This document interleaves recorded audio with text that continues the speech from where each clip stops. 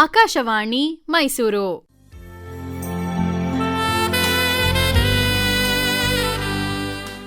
ಇಂದಿನ ಕಾರ್ಯಕ್ರಮದಲ್ಲಿ brain tumour ಅಂದರೆ ಮೆದುಳಿನ ಗಡ್ಡೆಗಳು, ಲಕ್ಷಣಗಳು, ಕಾರಣಗಳು ಮತ್ತು ಚಿಕಿತ್ಸೆ ಈ ಕುರಿತು ಕೆವಿಸಿ ಆಸ್ಪತ್ರೆಯ ಕನ್ಸಲ್ಟೆಂಟ್ ನ್ಯೂರೋಸರ್ಜನ್ ಡಾಕ್ಟರ್ ರಾಜೇಶ್ ಅವರೊಂದಿಗೆ ಮಾತುಕತೆ.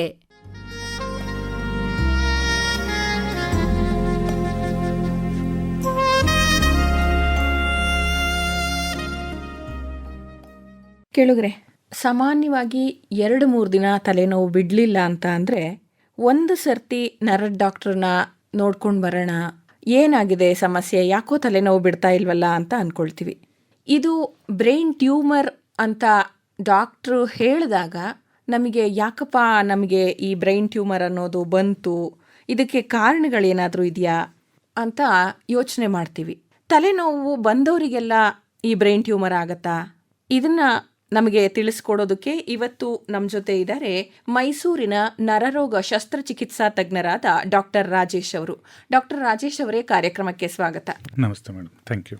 ಡಾಕ್ಟರ್ ರಾಜೇಶ್ ಅವರೇ, ತಲೆನೋವು ಇದ್ದವರಿಗೆಲ್ಲ ಈ ಬ್ರೈನ್ ಟ್ಯೂಮರ್ ಆಗತ್ತಾ?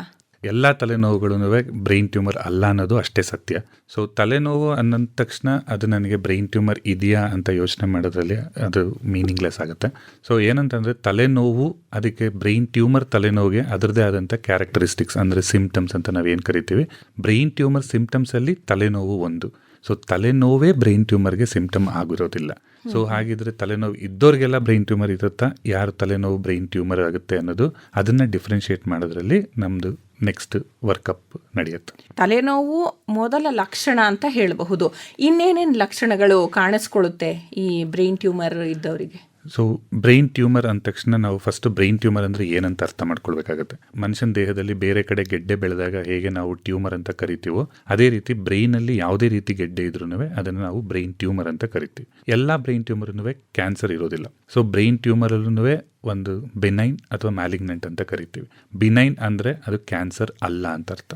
ಸೊ ನಮಗೆ ನಾರ್ಮಲಿ ಅಂದರೆ ಹ್ಯೂಮನ್ಸಲ್ಲಿ maximum number of brain tumours ಅಂದರೆ maximum amount of brain tumours benign ಇರುತ್ತೆ.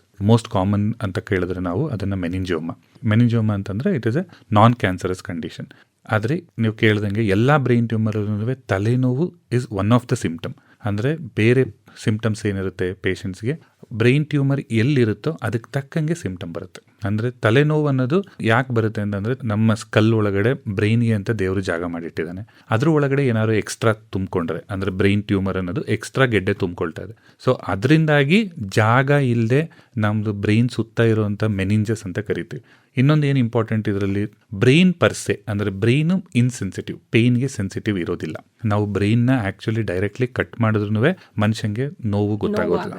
ಸೊ ಮತ್ತೆ ತಲೆನೋವು ಯಾಕಾಗುತ್ತೆ ಅಂತಂದರೆ ಬ್ರೈನ್ ಒಳಗಡೆ ಜಾಗ ಜಾಸ್ತಿ ಆದರೆ ಬ್ರೈನ್ ಸುತ್ತ ಇರುವಂಥ ಕವರಿಂಗ್ ಮೆನಿಂಜಸ್ ಅಂತ ಏನು ಕರಿತೀವಿ ನಾವು, ಅದು ಸ್ಟ್ರೆಚ್ ಆದರೆ ಅವಾಗ ಬರೋ ಪೇಯ್ನು ಹೆಡ್ಡೇಕ್ ಆಗುತ್ತೆ. ಸೊ ಅದು ನಾರ್ಮಲಿ ಯಾವ ಥರ ಹೆಡ್ಡೇಕ್ ಇರುತ್ತೆ ಅಂದರೆ ಬ್ರೈನ್ ಟ್ಯೂಮರ್ ಹೆಡ್ಡೇಕ್ ಅಂದರೆ ಅದು ರೇಸ್ಡ್ ICP ಅಂದರೆ ಒಳಗಡೆ ಜಾಗ ಇಲ್ಲದೆ ಪ್ರೆಷರ್ ಜಾಸ್ತಿಯಾಗಿ ಬರುವಂಥ ತಲೆನೋವು. ಅದು ಕಂಪ್ಲೀಟ್ ತಲೆಯಲ್ಲಿ ಎಲ್ಲ ಸೈಡಲ್ಲಿ ಅಂದರೆ ತಲೆ ಭಾರ ಅಂದರೆ ಪೂರ್ತಿ ತಲೆಯಲ್ಲಿ ನೋವು ಬರುತ್ತೆ. ನಾರ್ಮಲ್ ಜನಗಳಿಗೆ ತಲೆನೋವು ಬರೋದು ಯೂಶಲಿ ಅರ್ಧ ತಲೆನೋವು ಬರುತ್ತೆ. ಮೋಸ್ಟ್ ಕಾಮನ್ ಆಗಿ ಜನಗಳಿಗೆ ಹೆದರಿಕೆ ಆಗೋದು ಅದು, ಸರ್ ನಂಗೆ ಒಂದೇ ಸೈಡಲ್ಲಿ ತಲೆನೋವು ಬರ್ತಾ ಇದೆ, ಒಂದೇ ಸೈಡಲ್ಲಿ ತಲೆನೋವು ಬರ್ತಿರೋದ್ರಿಂದ ನನಗೆ ಅಲ್ಲಿ ಏನೋ ಗೆಡ್ಡೆ ಇರ್ಬೋದು. ಎಲ್ಲ ಕಡೆಯಿಂದ ತಲೆನೋವು ಬಂದರೆ ಅದು ಪ್ರಾಬ್ಲಮ್ ಅನ್ಸಲ್ಲ ಸರ್. ಒಂದೇ ಸೈಡ್ ಬರುತ್ತೆ, ಮುಂದೆ ಮಾತ್ರ ತಲೆನೋವು ಬರುತ್ತೆ, ಒಂದು ಸೈಡಲ್ಲಿ ಮಾತ್ರ ತಲೆನೋವು ಬರುತ್ತೆ. ಒಂದು ಸೈಡಲ್ಲಿ ನಿಮಗೆ ತಲೆನೋವು ಬರ್ತಿದೆ ಅಂತಂದರೆ ಖುಷಿ ಆಗಬೇಕು. ಯಾಕೆಂದರೆ ಒಂದು ಸೈಡಲ್ಲಿ ಬರೋ ತಲೆನೋವಲ್ಲಿ ಜಾಸ್ತಿ ತಲೆಯಲ್ಲಿ ಪ್ರೆಷರ್ ಇದೆ ಅಂತ ಅಲ್ಲ. ಸೊ ಅದು ಯೂಶಲಿ ಮೈಗ್ರೇನ್ ಇರುತ್ತೆ. ಬಟ್ ಬ್ರೈನ್ ಟ್ಯೂಮರಿಂದ ಬರೋ ತಲೆನೋವು ಕಂಪ್ಲೀಟಾಗಿ ತಲೆಯಲ್ಲಿ ಫುಲ್ ಜಾಸ್ತಿ ಇರುತ್ತೆ. ಅದು ತಲೆನೋವು ಜಾಸ್ತಿ ಆಗ್ತಿದ್ದಂಗೆ ನೆಕ್ಸ್ಟ್ ಸಿಂಪ್ಟಮ್ ಬರುತ್ತೆ, ಅದು ವಾಮಿಟಿಂಗ್. ಅಂದರೆ ಪ್ರೆಷರ್ ಜಾಸ್ತಿ ಆಗ್ತಿದ್ದಂಗೆ ತಲೆಯಲ್ಲಿ ವಾಮಿಟಿಂಗ್ ಬರುತ್ತೆ. ಅದೇನಂದರೆ ವಾಮಿಟಿಂಗ್ ಝೋನ್ನ ಅದು ಟ್ರಿಗರ್ ಆಗಿ ವಾಮಿಟಿಂಗ್ ಆಗುತ್ತೆ. ನೆಕ್ಸ್ಟ್ ಮೋಸ್ಟ್ ಕಾಮನ್ ನೀವು ಕೇಳ್ದಂಗೆ ಸಿಂಪ್ಟಮ್ಮು, ಅದು ಯಾವ ಜಾಗದಲ್ಲಿರುತ್ತೋ ಅದಕ್ಕೆ ತಕ್ಕಂಗೆ ಸಿಂಪ್ಟಮ್ಸ್ ಬರುತ್ತೆ. ಮುಂದೆ ಅಂದರೆ ಬ್ರೈನಲ್ಲಿ ಫ್ರಾಂಟಲ್ ಲೋಬು, ಪ್ಯಾರೈಟಲ್ ಲೋಬ್ ಅಂತೆಲ್ಲ ಇದೆ. ಸೊ ಮುಂದುಗಡೆ ಫ್ರಾಂಟಲ್ ಲೋಬಲ್ ಬಂದರೆ ಯೂಶಲಿ ಪರ್ಸ್ನಾಲಿಟಿ ಚೇಂಜಸ್ ಅಂತ ನೋಡ್ತೀವಿ ನಾವು. ಅಂದರೆ ಪೇಷಂಟಿಗೆ ಎಲ್ಲಿ ಅಂದರೆ ಅಲ್ಲಿ ಯೂರಿನ್ ಪಾಸ್ ಮಾಡ್ಬೋದು, ಅವ್ರಿಗೆ ಯಾರು ಅಂದರೆ ಗೊತ್ತಾಗದೇ ಇರ್ಬೋದು, ಅವ್ರ ಮಾತುಕತೆ ಚೇಂಜಸ್ ಆಗುತ್ತೆ. ಫ್ರಾಂಟಲ್ ಲೋಬ್ ಸ್ವಲ್ಪ ಹಿಂದೆ ಹೋಗ್ತಾ ಇದೆ ಅಂತಂದರೆ ವೀಕ್ನೆಸ್ ಬರುತ್ತೆ. ಬಲದಗಡೆ ಸೈಡಲ್ಲಿದ್ದರೆ ಎಡದಗಡೆ ಕೈ ಕಾಲಲ್ಲಿ ವೀಕ್ನೆಸ್ ಬರ್ಬೋದು. ಇನ್ನೂ ಮೋಸ್ಟ್ ಕಾಮನ್ ಆಗಿ ಬರೋದಂದರೆ ಫಿಟ್ಸ್ ಬರುತ್ತೆ, ನಾವು ಏನು ಸೀಜರ್ಸ್ ಅಂತ ಕರಿತೀವೋ ಅದು. ಸೊ ಒಂದು ಕ್ರೋಢೀಕರಿಸಿ ಹೇಳ್ಬೇಕಂತಂದರೆ ಯೂಶಲಿ ತಲೆನೋವು ಬರುತ್ತೆ, ವಾಮಿಟಿಂಗ್ ಇರುತ್ತೆ, ಫಿಟ್ಸ್ ಬರ್ಬೋದು, ಇಲ್ಲ ಅಂತಂದರೆ ಕೈ ಕಾಲಲ್ಲಿ ವೀಕ್ನೆಸ್ ಬರ್ಬೋದು.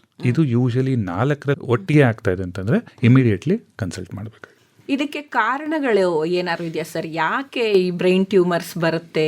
ಬ್ರೈನ್ ಟ್ಯೂಮರ್ಗೆ ಪರ್ಸೆ ಇಲ್ಲಿ ತನಕ ಬೇರೆ ಕ್ಯಾನ್ಸರ್ಗಳಿಗೆ ನಾವು ಹುಡುಕಿರೋ ಥರ ಕಾಸ್ ಅಂತ ಗೊತ್ತಿಲ್ಲ.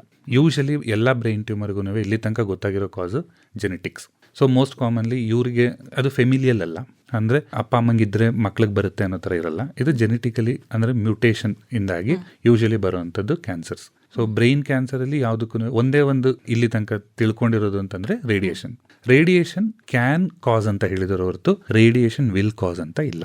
So long duration of radiation ಅಂದರೆ ಅವಾಗಷ್ಟೇ ಮಕ್ಕಳು ಯೂಶಲಿ ಚೈಲ್ಡ್ಹುಡ್ಡಲ್ಲಿ ಲಾಂಗ್ ಡ್ಯೂರೇಷನ್ ಆಫ್ ರೇಡಿಯೇಷನ್ ಆಗಿದ್ದರೆ ಬ್ರೈನ್ ಟ್ಯೂಮರ್ ಬರುತ್ತೆ ಅಂತಲ್ಲ, ಬರಬಹುದು. ಯಾರಲ್ಲಿ ಜಾಸ್ತಿ ಸರ್ ಇದು?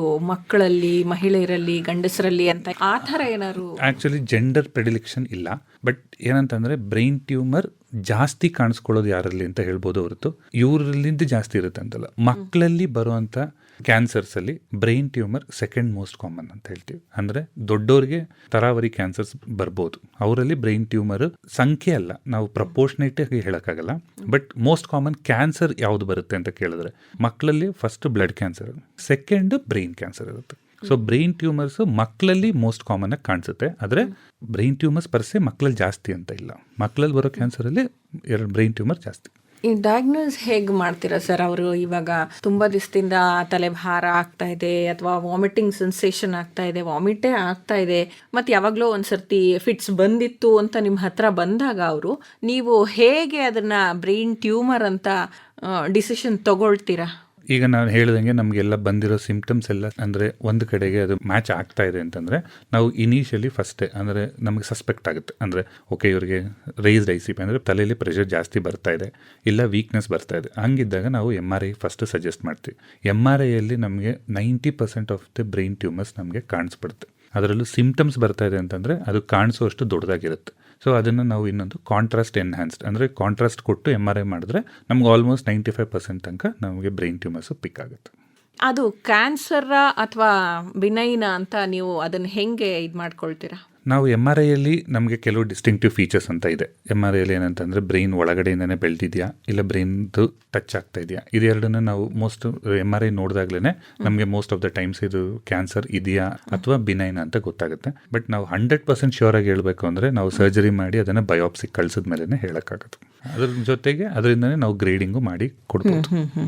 ಬ್ರೈನ್ ಟ್ಯೂಮರ್ ಸ್ಪೆಷಾಲಿಟಿ ಏನಂದರೆ ಬ್ರೈನ್ ಟ್ಯೂಮರು ಬೇರೆ ಎಲ್ಲಿಗೂ ಸ್ಪ್ರೆಡ್ ಆಗೋದಿಲ್ಲ. ಬ್ರೈನ್ ಒಳಗಡೆಗೆ ಬೇರೆ ಕಡೆ ಟ್ಯೂಮರಿಂದ ಸ್ಪ್ರೆಡ್ ಆಗ್ಬೋದು ಹೊರತು ಬ್ರೈನ್ ಟ್ಯೂಮರ್ ಬೇರೆ ಕಡೆ ಸ್ಪ್ರೆಡ್ ಹೊರಗಡೆ ಹೋಗಲ್ಲ. ಸೊ ನಮಗೆ ಗ್ರೇಡಿಂಗ್ ಏನಿದೆ ಬ್ರೈನ್ ಟ್ಯೂಮರ್ಸ್ ಅದು ಯೂಶಲಿ ಡಿಪೆಂಡ್ಸ್ ಆನ್ ಯಾವ ಥರ ಸೆಲ್ಗಳಿದೆ ಅಂತ.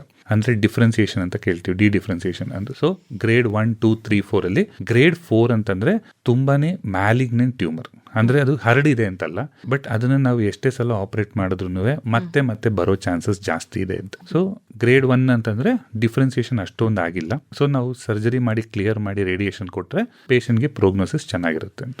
ಈ ಬಿನೈನ್ ಟ್ಯೂಮರ್ಸ್ ಆದರೆ ಅದು ಗ್ರೋತ್ ಒಂಚೂರು ಸ್ಲೋ ಇರುತ್ತೆ ಅನ್ಸುತ್ತೆ. ಕ್ಯಾನ್ಸರಸ್ ಟ್ಯೂಮರ್ ಅಂದರೆ ಅದು ಬೇಗ ಬೆಳವಣಿಗೆ ಏನಂದ್ರೆ ಮೆನಿಂಜಿಯೋಮಗಳು ಅಂತ ನಾನು ಅವಾಗಲೇ ಏನು ಮೆನ್ಷನ್ ಮಾಡಿದೆ, ಅದು ವರ್ಷಾನುಗಟ್ಟಲೆ ಬೆಳೆಯುತ್ತೆ. ಅನ್ಲೆಸ್ ಅಂಡ್ ಅಂಟಿಲ್ ಕೆಲವು ಮೆನಿಂಜಿಯೋಮಗಳಿದೆ ಅಷ್ಟೇ, ಗ್ರೇಡ್ ಅಂದರೆ ಹೈಯರ್ ಗ್ರೇಡ್ ಮೆನಿಂಜಿಯೋಮಸ್ ಅಂತ, ಅದು ಮಾತ್ರ ಸ್ವಲ್ಪ ಬೇಗ ಬೆಳಿಬೋದು. ಬಟ್ ಯೂಶಲಿ ಮೆನಿಂಜಿಯೋಮಗಳು ಸ್ಲೋಲಿ ಬೆಳೆಯುತ್ತೆ. ಅಂಥವ್ರಿಗೇನೆ ನಮಗೆ ಡಯಾಗ್ನೋಸಿಸ್ ಮಿಸ್ ಆಗುತ್ತೆ. ಆ್ಯಕ್ಚುಲಿ ಈ ಸಲದ್ದು ವರ್ಲ್ಡ್ ಬ್ರೈನ್ ಟ್ಯೂಮರ್ ಡೇದು ನಾವು ಏನು ಇದಿದೆ ಥೀಮ್ ಏನಿದೆ ಅದು ಅರ್ಲಿ ಡಯಾಗ್ನೋಸಿಸ್ ಅಂತಂದರೆ ಈ ಥರ ಮಿಸ್ ಆಗುತ್ತೆ ಅಂತ. ಯೂಶಲಿ ಮೆನಿಂಜಿಯೋಮ ಸ್ಲೋ ಗ್ರೋಯಿಂಗ್ ಇರುತ್ತೆ. ಸ್ಲೋ ಗ್ರೋಯಿಂಗ್ ಇದ್ದಾಗ ಏನಂತಂದರೆ ಪೇಷಂಟ್ಗೆ ತಲೆನೋವು ಆವಾಗ ಬರ್ತಿರುತ್ತೆ. ಯಾವಾಗ ಅವರು ಬರ್ತಾರೆ ನಮ್ಮ ಹತ್ರ ಅಂದರೆ ಪೇಷಂಟ್ಗೆ ವೀಕ್ನೆಸ್ ಬಂದಾಗ ಬರ್ತಾರೆ, ಇಲ್ಲ ಫಿಟ್ಸ್ ಬಂದಾಗ ಬರ್ತಾರೆ. ಅಲ್ಲಿ ತನಕ ಹೋದಾಗ ನಮಗೆ ಮಿಸ್ ಆಗುತ್ತೆ. ಸೊ ಹಾಗಿದ್ರೆ ಎಲ್ಲ ತಲೆನೋವು ಸ್ಕ್ಯಾನ್ ಮಾಡಿಸ್ಬೇಕಂತಂದರೆ ಮಾಡ್ಸಂಗಿರಲ್ಲ. ಬಟ್ ವಾರ್ನಿಂಗ್ ಸೈನ್ಸ್ನ ನಾವು ಪಿಕ್ ಮಾಡಬೇಕಾಗುತ್ತೆ. ಸೊ ಅರ್ಲಿ ವಾರ್ನಿಂಗ್ ಸೈನ್ಸ್ನ ಪಿಕ್ ಮಾಡೋದೇ ಈ ಸಲದ ಥೀಮ್ ಇರೋದು. ಸೊ ಹಾಗೆ ಅದನ್ನು ಸ್ವಲ್ಪ ಯೂಶಲಿ ನಿಮಗೆ ತುಂಬ ದಿನ ತಲೆನೋವು ಬರ್ತಾ ಇದೆ, ಬೇರೆ ಏನಾದ್ರು ಪ್ರಾಬ್ಲಮ್ ಅನಿಸ್ತಿದೆ ಅಂದರೆ ಅರ್ಲಿಯಾಗಿ ತೋರಿಸ್ಕೊಳ್ಳೋದು ಬೆಟರ್. ಬ್ರೈನ್ ಟ್ಯೂಮರಲ್ಲಿ ಎಲ್ಲೇ ಪ್ರೆಷರ್ ಜಾಸ್ತಿ ಆದ್ರೂ ಅದೊಂದು ಏನಂತಂದರೆ ಯೂಶಲಿ ಅರ್ಲಿ ಮಾರ್ನಿಂಗ್ 4 ಗಂಟೆ 5 ಗಂಟೆ ಟೈಮಲ್ಲಿ ಪೇಷಂಟ್ ಎದ್ದು ವಾಂತಿ ಮಾಡ್ತಾರೆ. ಅದು ಯೂಶಲಿ ರೇಸ್ಡ್ ICP ಸೈನ್ ಅಂತ ಕರಿತೀವಿ. ಟ್ರೀಟ್ಮೆಂಟ್ ಪಾರ್ಟಿಗೆ ಬಂದರೆ ಸರ್ ಇದು ಬ್ರೈನ್ ಟ್ಯೂಮರ್ ಸರ್ಜರಿನೇ ಅಂತಿಮ ಅನ್ಕೊಳ್ತೀನಿ. ಯೂಶಲಿ ಎಲ್ಲ ಬ್ರೈನ್ ಟ್ಯೂಮರ್ಗೂ ಸರ್ಜರಿ ಈಸ್ ದಿ ಡಿಕ್ಟಮ್. ಕೆಲವು ಮಾತ್ರ ಇದೆ ಅದಕ್ಕೆ ರೇಡಿಯೇಷನ್ ಕೊಟ್ಟರೆ ಕರಗುತ್ತೆ ಅಂತ. ಅದನ್ನು ರೇಡಿಯೋ ಸೆನ್ಸಿಟಿವ್ ಟ್ಯೂಮರ್ಸ್ ಅಂತ ಹೇಳ್ತೀವಿ. ಬಟ್ ಅದು 1-2 ಅಷ್ಟೇ ಇರೋದು. ಬೇರೆ ಎಲ್ಲದಕ್ಕೂ surgery is the main stay of treatment. ಯಾಕೆ ಅಂತಂದರೆ ಬ್ರೈನ್ ಒಳಗಡೆ ನಾನು ಅವಾಗಲೇ ಹೇಳ್ದಂಗೆ ನಮ್ಮ ಸ್ಕಲ್ ಒಳಗಡೆ ಅಂದರೆ ತಲೆ ಬುರುಡೆ ಒಳಗಡೆ ದೇವರು ಜಾಗ ಕೊಟ್ಟಿರೋದು ಬ್ರೈನ್ಗೆ ಮಾತ್ರ. ಅಲ್ಲಿ ಬೇರೆ ಏನನ್ನೂ ಇಟ್ಕೊಳ್ಳೋದಕ್ಕೆ ಜಾಗ ಇಲ್ಲ. So first and foremost brain cancer ಬಂತು ಅಂದರೆ ಫಸ್ಟ್ ಅದನ್ನು ರಿಮೂವ್ ಮಾಡಲೇಬೇಕು. ರಿಮೂವ್ ಮಾಡಿದ್ಮೇಲೆ ನಮಗೆ ನೆಕ್ಸ್ಟ್ ಸ್ಟೇಜ್ ಆಫ್ ಟ್ರೀಟ್ಮೆಂಟ್. ಅದರಿಂದ 2 ಅಡ್ವಾಂಟೇಜ್ ಏನಂದರೆ, ಒಂದು ನಾವು ಜಾಗ ಖಾಲಿ ಮಾಡ್ತೀವಿ, 2ನೇದು ನಾನು ಆವಾಗಲೇ ಹೇಳ್ದಂಗೆ ನಮಗೆ ಗ್ರೇಡಿಂಗ್ ಗೊತ್ತಾಗುತ್ತೆ. ಅದಾದಮೇಲೆ ನಮಗೆ next stage of treatment usually chemotherapy ಮತ್ತು ರೇಡಿಯೋಥೆರಪಿ ಮಾಡ್ಬೋದು. ಕೀಮೋಥೆರಪಿ, ರೇಡಿಯೋಥೆರಪಿ ಅಂದರೆ ಅದು ಕ್ಯಾನ್ಸರಸ್ ಟ್ಯೂಮರ್ಸ್ ಆಗಿದ್ರೆ ಅದಕ್ಕೆ ಕೀಮೋ ರೇಡಿಯೋ ಬೇಕಾಗತ್ತೆ ಅಂತನಾ, ಅಥವಾ ಯೂಶಲಿ ಬೆನೈನ್ ಟ್ಯೂಮರ್ಸ್ಗೆ ನಾವೇನು ಮಾಡ್ಲಿಕ್ಕೆ ಹೋಗಲ್ಲ. ಯಾಕೆಂದರೆ ನಮಗೆ ಅದರಲ್ಲಿ ಬೆನೈನ್ ಟ್ಯೂಮರ್ಸಲ್ಲಿ ಇವಾಗಿರೋ ನಮ್ಮ ಹೈ ಎಂಡ್ ಎಕ್ವಿಪ್ಮೆಂಟ್ಸ್ ಏನಿದೆ ಅದರಲ್ಲಿ ನಾವು ಸರ್ಜರಿ ಮಾಡಿದಾಗ ನಾವು 99% 100% ಕ್ಲಿಯರೆನ್ಸ್ ಮಾಡ್ತೀವಿ. ಸೊ ಹಾಗಾಗಿ ನಾವು ಬಿನೈನ್ ಟ್ಯೂಮರ್ಸ್ ಅಂದರೆ ಕ್ಯಾನ್ಸರ್ ಅಲ್ಲದೆ ಇರೋದಕ್ಕೆ ನಾವೇನು ಎಕ್ಸ್ಟ್ರಾ ಟ್ರೀಟ್ಮೆಂಟ್ ಕೊಡ್ಲಿಕ್ಕೆ ಹೋಗಲ್ಲ. ಬಟ್ ಕ್ಯಾನ್ಸರ್ಸಲ್ಲಿ ನಾವು ಅದನ್ನು ತೆಗೆದ ಮೇಲೆ ಕ್ಯಾನ್ಸರ್ ಬೆಡ್ ಅಂತ ಏನಿರುತ್ತೆ ಅಲ್ಲಿಗೆ ರೇಡಿಯೇಷನ್ ಕೊಡಲೇಬೇಕು. ಯಾಕೆಂದರೆ ನಾವು ಎಷ್ಟೇ ತೆಗೆದ್ರೂ 100% ನಾವು ಬ್ರೈನ್ ಟ್ಯೂಮರ್ ಅಂದರೆ ಕ್ಯಾನ್ಸರ್ ಟ್ಯೂಮರ್ನ ತೆಗಿಲಿಕ್ಕೆ ಹೋಗಲ್ಲ. ತೆಗೆದ್ರೂ ರೇಡಿಯೇಷನ್ ಕೊಡಲೇಬೇಕು. ಮತ್ತು ಆ ಟ್ಯೂಮರು ತುಂಬ ಇಂಪಾರ್ಟೆಂಟ್ ಜಾಗದಲ್ಲಿ ಇದೆ, ಅಥವಾ ಮಾತು ಡೆವಲಪ್ ಆಗುವಂಥ ಜಾಗದಲ್ಲಿ, ಅಥವಾ ದೃಷ್ಟಿಯ ಜಾಗದಲ್ಲಿ ಇದೆ, ಅಥವಾ ಬೇರೆ ಯಾವುದೋ ಒಂದು ಕೈನ ಕಂಟ್ರೋಲ್ ಮಾಡುವಂಥ ಜಾಗ, ಕಾಲಿನ ಕಂಟ್ರೋಲ್, ಏನೋ ಒಂದು ಇಂಪಾರ್ಟೆಂಟ್ ಅದರಲ್ಲಿ ಕೆಲಸ ಆಗ್ತಿರುತ್ತೆ, ಆ ಜಾಗದಲ್ಲಿ ಇದೆ, ನಿಮಗೆ ಅಲ್ಲಿಗೆ ರೀಚ್ ಆಗಕ್ಕಾಗಲ್ಲ ಅನ್ನೋ ಥರ ಏನಾದ್ರು ಇದೆಯಾ, ಅಥವಾ ಇವಾಗ ಹೊಸ ಆವಿಷ್ಕಾರಗಳೇನಾದ್ರು ಆಗಿದೆಯಾ? ಯೂಶಲಿ ಬ್ರೈನ್ ಟ್ಯೂಮರ್ಸು ಯಾವ ಲೊಕೇಶನ್ಲಿರುತ್ತೋ ನಾನು ಅವಾಗಲೇ ಹೇಳ್ದಂಗೆ ಅದಕ್ಕೆ ತಕ್ಕಂಗೆ ನಮಗೆ ಸಿಂಪ್ಟಮ್ಸ್ ಕಾಣಿಸುತ್ತೆ. ಬಟ್ ಇವಾಗ ಕ್ಯಾನ್ಸರ್ ಅಂತಂದರೆ ಬ್ರೈನ್ ಒಳಗಡೆಯಿಂದನೇ ಬರುತ್ತೆ, ಅಂದರೆ ಬ್ರೈನ್ ಟಿಶ್ಯೂಯಿಂದನೇ ಬರುತ್ತೆ. ಸೊ ಅಂಥದ್ರಲ್ಲಿ ನೀವು ಕೇಳಿದಂಗೆ ಈಗ ಮಾತು ಬರೋ ಜಾಗದಿಂದ, ಕಣ್ಣು ನೋಡೋ ಜಾಗದಿಂದ, ಇಲ್ಲ ಕೈ ಕಂಟ್ರೋಲ್ ಮಾಡೋ ಜಾಗದಿಂದನೇ ಟ್ಯೂಮರ್ ಬಂದಿದ್ದರೆ ಅದು ಆಲ್ರೆಡಿ ಆ ಜಾಗ ಇನ್ವಾಲ್ವ್ ಆಗಿದೆ ಅಂತ, ಕ್ಯಾನ್ಸರ್ ಆಗಿದ್ರೆ. ಬಟ್ ವೀಕ್ನೆಸ್ ಬಂದಿದೆ, ಬಟ್ ಟ್ಯೂಮರ್ ಅದನ್ನು ಪ್ರೆಸ್ ಮಾಡಿ ನಮಗೆ ವೀಕ್ನೆಸ್ ಬಂದಿದೆ ಅಂತಂದರೆ ನಾವು ಅದನ್ನು ಕಂಪ್ಲೀಟ್ಲಿ ವಿತೌಟ್ ಅಂದರೆ ವೀಕ್ನೆಸ್ನ ಇಂಪ್ರೂವ್ ಆಗೋ ಥರನೂ ಸರ್ಜರಿ ಮಾಡ್ಬೋದು. ಇಲ್ಲ ಅದ್ರ ತುಂಬ ಹತ್ತಿರ ಇದೆ ಟ್ಯೂಮರ್, ನಾವು ಅದನ್ನು ಸರ್ಜರಿ ಮಾಡಿದ್ರೆ, ಮುಂಚೆ ಆಗಿನ ಕಾಲದಲ್ಲಿ ಹಳೆ ಕಾಲದಲ್ಲಿ ಸರ್ಜರಿ ಮಾಡಿದ್ರೆ ಪೇಷಂಟ್ಗೆ ಬ್ರೈನ್ ಟ್ಯೂಮರ್ ಸರ್ಜರಿ ಮಾಡಿದ್ರೆ ಒಂದು ಕಡೆ ಕೈ ಕಾಲು ಬರೋದಿಲ್ಲ, ಇಲ್ಲ ಅವರು ಎದ್ದೋಳೋದಿಲ್ಲ ಅನ್ನೋದು ಡಿಕ್ಟಮ್ ಇತ್ತು. ಬಟ್ ಇವಾಗ ನಮಗೆ ಹೊಸದಾಗಿ ನ್ಯೂರೋ ನ್ಯಾವಿಗೇಷನ್ ಅಂತ ಇದೆ. ನ್ಯೂರೋ ನ್ಯಾವಿಗೇಷನ್ ಅಂತಂದರೆ ನಾವು ರಿಯಲ್ ಟೈಮ್ ಸರ್ಜರಿ ಮಾಡುವಾಗ ನಾವು ಎಷ್ಟು ಬ್ರೈನ್ನ ಕಟ್ ಮಾಡ್ತಾ ಇದ್ದೀವಿ ಅಂತ ನಮಗೆ ಡೈರೆಕ್ಟ್ಲಿ ಕಾಣಿಸ್ತಾ ಇರುತ್ತೆ. ಸೊ ನಾವು ಎಲ್ಲೂ ವಯಬಲ್ ಟಿಶ್ಯೂಸ್ ಅದನ್ನು ಯಾವತ್ತೂ ಟಚ್ ಮಾಡೋಕ್ಕೆ ಹೋಗೋದಿಲ್ಲ. ಆ್ಯಂಡ್ ಮೋರ್ ಓವರ್ ಇನ್ನೂ next way of treatment usually ನ್ಯೂರೋಸರ್ಜನ್ಸ್ಗೆ ಪೇಷಂಟ್ಗೆ ಸರ್ಜರಿ ಆದಮೇಲೆ ಪೇಷಂಟ್ ಎದ್ದು ನಡಿಬೇಕು. ಈಗ ಅವನಿಗೆ ಎಂಥ ಟ್ಯೂಮರ್ ಇದ್ರೂ ಹಿ ನೀಡ್ಸ್ ಎ ಲೈಫ್. ಸೊ ನಾವು ಮಾಡ್ತಾ ಇರೋದು ಅವ್ರ ಕ್ವಾಲಿಟಿ ಆಫ್ ಲೈಫ್ನ ಇಂಪ್ರೂವ್ ಮಾಡಲಿಕ್ಕೆ. ಸೊ ಈಗ ಒಂದು 10 ಸೆಂಟಿಮೀಟರ್ ಗೆಡ್ಡೆ ಇದೆ, ಅದರಿಂದ ಅವ್ರಿಗೆ ವೀಕ್ನೆಸ್ ಬಂದಿದೆ, ನಾವು ಅದನ್ನು ತೆಗೆದ್ರೆ ಪೇಷಂಟ್ ನಾಳೆ ಕೋಮಾಗ ಹೋಗ್ಬೋದು, ಎದೊಳ್ದೆ ಇರ್ಬೋದು, ಇಲ್ಲ ವೀಕ್ನೆಸ್ ಬರ್ಬೋದು ಅಂತಿದ್ದರೆ ನಾವು ಕಂಪ್ಲೀಟ್ ತೆಗಿಲಿಕ್ಕೆ ಹೋಗಲ್ಲ. ನಾವು ಒಂದು 7 ಸೆಂಟಿಮೀಟರ್ 8 ಸೆಂಟಿಮೀಟರ್ ತೆಗೆದು ವಯಬಲ್ ಸ್ಟ್ರಕ್ಚರ್ಸ್ನ ಅಲ್ಲೇ ಬಿಡ್ತೀವಿ. ಸೊ ಟ್ಯೂಮರ್ ಜೊತೆನೇ ಇರಲಿ ಅದು ಅಂತ. ಸೊ ಏನಾಗುತ್ತೆ ಅಂದರೆ ಅಟ್ಲೀಸ್ಟ್ ನಾಳೆ ಸರ್ಜರಿ ಮಾಡಿದ ನಾಳೆಗೆ ಪೇಷಂಟ್ ಚೆನ್ನಾಗಿ ಎದ್ದು ಓಡಾಡ್ತಾರೆ, ಅವ್ರ ಕ್ವಾಲಿಟಿ ಆಫ್ ಲೈಫ್ ಚೆನ್ನಾಗಿರುತ್ತೆ. ಅವ್ರಿಗೆ ಬ್ರೈನ್ ಟ್ಯೂಮರ್ ಇದ್ರೂ ಅವರನ್ನು ನಾವು ಸರ್ಜರಿ ನಾನು ಚೆನ್ನಾಗಿ ಮಾಡಿದ್ದೀನಿ ಅಂತ ಹೇಳ್ಬಿಟ್ಟು ಪೇಷಂಟ್ನ ಮಲಗಿಸೋದು ಚೆನ್ನಾಗಿರಲ್ಲ. ಸೊ ಹಾಗಾಗಿ ನಾವು ಟ್ಯೂಮರ್ನ ಬಿಟ್ಟರು ಪೇಷಂಟ್ನ ನಾಳೆ ಬೆಳಿಗ್ಗೆ ಮೊಬಿಲೈಸ್ ಆಗಬೇಕು. ಅದರಲ್ಲಿ ನಮ್ಮದು ಸಕ್ಸಸ್ನ ನೋಡ್ತೀವಿ ಹೊರತು ಕಂಪ್ಲೀಟ್ ರಿಮೂವ್ ಮಾಡ್ತೀವಿ ಅನ್ನೋದ್ರಲ್ಲಿ ಯೂಶಲಿ ಸಕ್ಸಸ್ ನೋಡಲ್ಲ. ಈ ಕಂಪ್ಲೀಟ್ ರಿಮೂವ್ ಮಾಡಿಲ್ಲ ಅಂತ ಅಂದರೆ ಅದು ಮತ್ತೆ ಬೆಳೆಯೋ ಚಾನ್ಸಸ್ ಇದೆಯಾ? ಅದೇ ನಾನು ಹೇಳ್ದಂಗೆ we have to take the risk. ಅಂದರೆ ಪೇಷಂಟ್ಗೆ ಕ್ವಾಲಿಟಿ ಆಫ್ ಲೈಫ್ ಬೇಕು. ಈಗ ಪೇಷಂಟ್ಗೆ ಇನ್ನು ಈಗ ಗ್ರೇಡ್ 4 ಟ್ಯೂಮರ್ ಇದೆ ಅಂತಂದರೆ ಅವನಿಗೆ ನಾವು ಮ್ಯಾಕ್ಸಿಮಮ್ ಸರ್ವೈವಲ್ ಕೊಡೋದು 2 ಇಯರ್ಸ್. ಕೆಲವರು ಅಷ್ಟೇ 2-3 ಇಯರ್ಸ್ ತನಕ ಹೋಗ್ಬೋದು. ಬಟ್ ಈ 2 ಇಯರ್ಸು ಅವರು ನಡ್ಕೊಂಡು ಮನೆಯವ್ರ ಜೊತೆ ಮಾತಾಡಿಕೊಂಡು ಕಳೀತಾರ, ಇಲ್ಲ ಹಾಸಿಗೆ ಮೇಲೆ ಕಳೀತಾರ ಅನ್ನೋದು ಇಂಪಾರ್ಟೆಂಟ್. ಸೊ ಇದ್ರ ಮಧ್ಯದಲ್ಲಿ ನಮಗೆ ಇನ್ನೂ 2 ಸಲ ಸರ್ಜರಿ ಮಾಡಬೇಕಾಗಿ ಬಂದ್ರೂ ಅವರು ಆ 2 ಇಯರ್ಸು ಓಡಾಡ್ಕೊಂಡು ಕಳೆದ್ರೆ ಒಳ್ಳೆಯದು ಅನ್ನೋ ದೃಷ್ಟಿಲಿ ನಾವು ಸ್ವಲ್ಪ ಬಿಟ್ಟು ತೆಗಿತೀವಿ. ಧನ್ಯವಾದಗಳು ಡಾಕ್ಟರ್ ರಾಜೇಶ್ ಅವರೇ. ಇದುವರೆಗೂ ಬ್ರೈನ್ ಟ್ಯೂಮರ್ಗೆ ಇರುವಂಥ ಚಿಕಿತ್ಸಾ ಸೌಲಭ್ಯಗಳು ಮತ್ತು ಈ ಬ್ರೈನ್ ಟ್ಯೂಮರ್ ಕ್ಯಾನ್ಸರ್ ಆದರೆ ಒಂದು ರೀತಿ ಚಿಕಿತ್ಸೆ, ಕ್ಯಾನ್ಸರ್ ಅಲ್ಲದಿದ್ದರೆ ಮತ್ತೊಂದು ರೀತಿ ಚಿಕಿತ್ಸೆ ನೀಡಬೇಕಾಗತ್ತೆ, ಇದನ್ನೆಲ್ಲ ನಮಗೆ ವಿವರವಾಗಿ ತಿಳಿಸ್ಕೊಟ್ಟಿದ್ದಕ್ಕೆ ನಿಲಯದ ಪರವಾಗಿ ಹಾಗೂ ವೈಯಕ್ತಿಕವಾಗಿ ಧನ್ಯವಾದಗಳು. ನಮಸ್ಕಾರ. Thank you.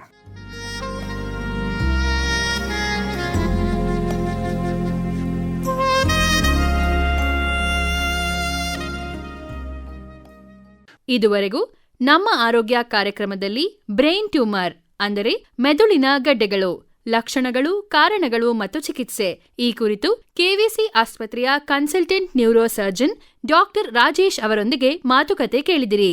ಇವರೊಂದಿಗೆ ಭಾಗವಹಿಸಿದವರು ತೇಜಸ್ವಿನಿ ಗಿರೀಶ್. ಈ ಕಾರ್ಯಕ್ರಮ ಆಕಾಶವಾಣಿ ಮೈಸೂರು ಕೇಂದ್ರದಿಂದ ಮೂಡಿಬಂತು.